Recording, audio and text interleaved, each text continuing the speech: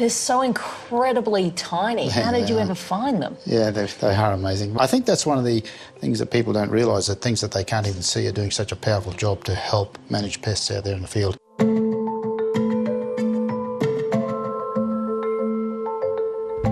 Nurseries across Australia are getting ready for Christmas. These poinsettias are growing at a wholesale nursery in southeast Queensland, and they're under attack from bugs. Bailey Pullman is the third generation at this nursery, and he reckons bugs are a huge bugbear. Probably the biggest one would be western flower thrips or thrips. Selling ornamental plants, they'll actually scratch at generally the new growth, and that will distort that new growth. So it's very visually obvious that there's been a pest damage to that plant. They're treating the issue through IPM, or Integrated Pest Management, using a combination of beneficial bugs along with other methods. We wanted to get away from chemicals. We wanted to reduce our environmental footprint and just try to incorporate these bugs into our system. Integrated pest management isn't new. The idea was introduced in the late 1990s, but it's gained traction in the past 10 to 15 years. Melina Miles is an entomologist working for the Queensland Department of Primary Industries. She researches developing strategies for growers to manage pests better. We look at all the components as best we can. So, rather than focusing just on probably the most effective control that growers have available to them, which is insecticides, we also look at natural enemies, the impact of the insecticides on the natural enemies. Landline last caught up with Melina in 2023, fighting the incursion from the devastating fall armyworm. She was working with Dan Papacek from Bugs for Bugs, deploying wasps to act as predatories, the term for bugs eating bugs. We knew immediately, and the growers knew immediately, the risks that fall armyworm brought in terms of overuse of insecticide, because if we relied just on insecticide, we were on a really slippery slope, and insecticide resistance is widespread overseas. Bugs for Bugs have 3 insectary locations across southeast Queensland, stretching from the citrus-growing region of Mundubbera in the Burnett to Toowoomba and Donnybrook, a small suburb an hour from Brisbane. It's in Donnybrook the bugs are bred in large greenhouses. This is what the team here call reverse farming. They are growing crops to have them intentionally attacked by bugs. And it's a really delicate balance to keep the plants alive while introducing so many pests. And they reckon that if they were to ever turn up to a farm and see this, they'd be horrified.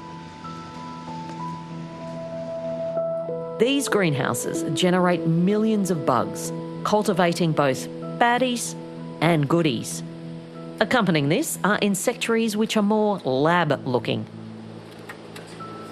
Dan Papacek is one of the company's founders, which started in 1981, well before IPM was considered anything but woo-woo. When I started, it was very much fringe. I felt very much out in the wilderness. In fact, we got a lot of critical comment, and we almost didn't get through the first 20 years, really didn't. But I must say that I think in the last 5 to 7 years, I think we've almost gone from being, fringe to almost becoming mainstream. You've got no idea how many sort of conventional growers now are adopting the sort of principles that we endorse. Dan, this place is just filled with cold rooms. Is that an accurate description?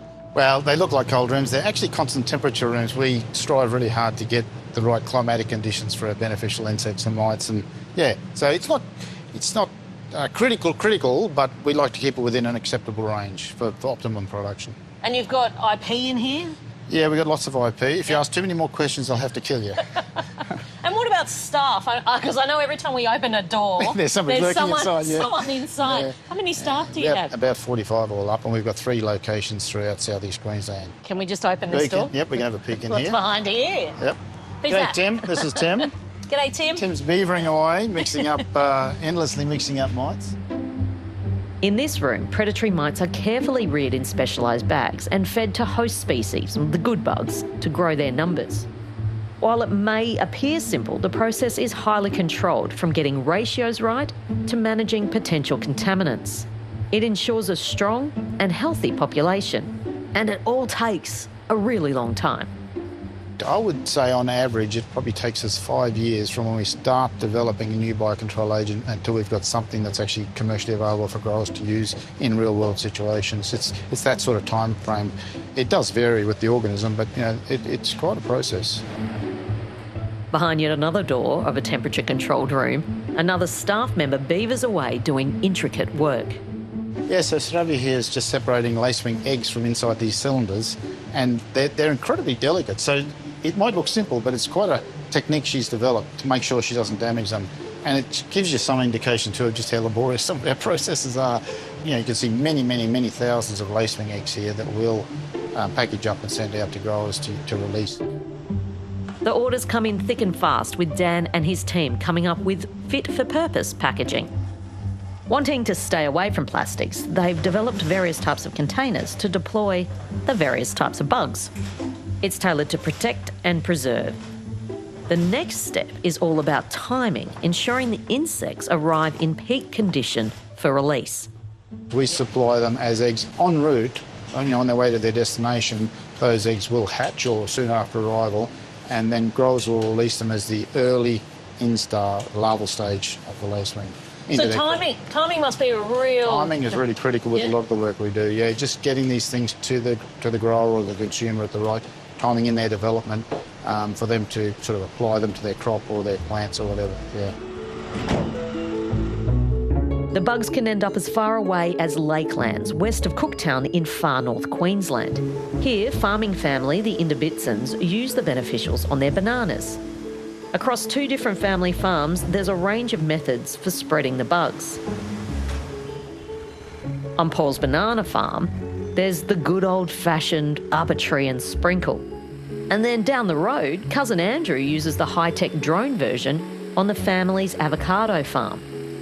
Paul Indabitson is practical about the benefits of using these bugs.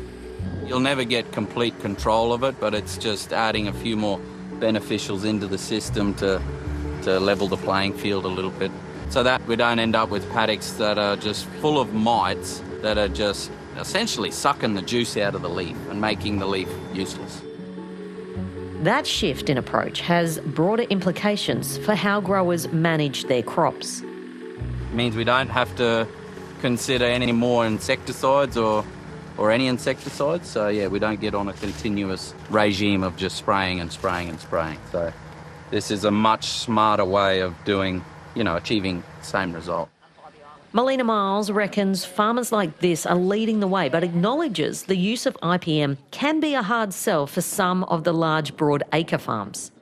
It takes a lot of effort to be checking and monitoring. For some growers, that's not possible. The more remote you are, the less likely it is you're going to have those resources. So I think it's really important that we think about not IPM as one thing that everybody does, but the principles applied in the context that you operate in and the crops that you grow and, the industries that you're in. When it comes to what's actually crawling through the crops, the list of problem pests is long and growing. What are the main issue bugs that you're trying to combat? Out there in the field, look, it's a very wide range, but things like thrips, mealybugs, scale insects, whiteflies, aphids, all these things come to mind very readily. A lot of mite issues, things like spider mites and broad mites and rust mites and things like that as well. And we certainly don't have a biological solution for every pest problem. The bugs used are often minuscule, but with a mighty job. Dan spends his days looking through magnifying glasses and microscopes. These are Californicus mites here. They're part of a group of predatory mites that are really important in biological control. We use these predominantly for control of spider mites in a range of crops. They're very aggressive, they're very active, and they're also a bit of a generalist. They'll feed on other things such as immature thrips and they'll also feed a bit on pollen. They're so incredibly tiny. How did you ever find them? Yeah, they are amazing. But a lot of the stuff we're working with is down at this level. Yeah, and I think that's one of the things that people don't realise, that things that they can't even see are doing such a powerful job to help manage pests out there in the field. And quite often with growers we find that if we can just sort of show them what's going on at this microscopic level, they get a better appreciation of just how valuable these guys are and how important it is that we don't upset them with the misuse of pesticides and those sort of things. Because Australia's biosecurity laws rightly prevent the importation of biocontrol insects from overseas, Dan relies on the species already here and available to do the job, reducing the risk of a cane toad style incident. I always like to go to great lengths to sort of point out that the sort of biocontrol work that we do, it really has nothing to do with the cane toad. The cane toad was a very poor decision, but it's a vertebrate. And the cane toad really belongs with cats, foxes and rabbits as sort of vertebrate pests that should never, ever have found their way into this country. The invertebrate organisms that we work with are highly specialised. They've adapted. They are just uniquely adapted to their host. For producers like Bailey Pullman, the use of IPM in the nursery is here to stay. And it seems it's the gift that keeps on giving. Has there been a point where you've noticed using beneficials has brought in other beneficials or had a negative effect at all?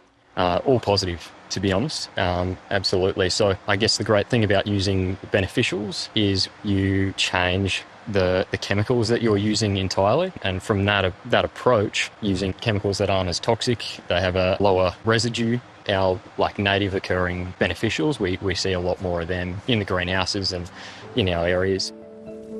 After 40 years at it, Dan's work isn't quite done yet. And what's your Moby Dick, that one bug that you can't quite conquer but you really want to? Oh, it's probably quite a list, but if I had to choose one, I'd probably say something like green vegetable bug. And some of its close allies out there, which I feel we haven't quite got there yet. I feel that we should be able to.